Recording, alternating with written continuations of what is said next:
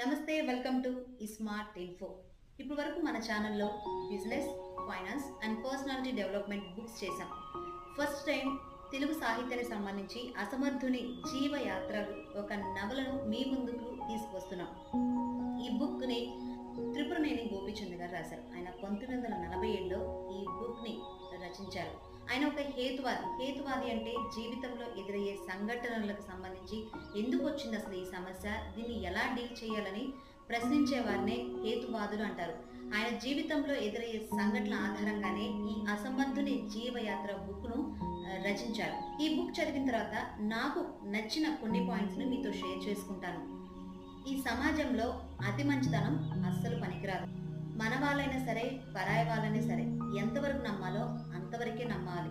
ఎవరిని గుడ్డిగా అతిగా నమ్మవద్దు. ఈ బుక్ ని మీరు పూర్తిగా వీడియో రూపంలో చూడాలంటే ఇంకెందుకు ఆలస్యం,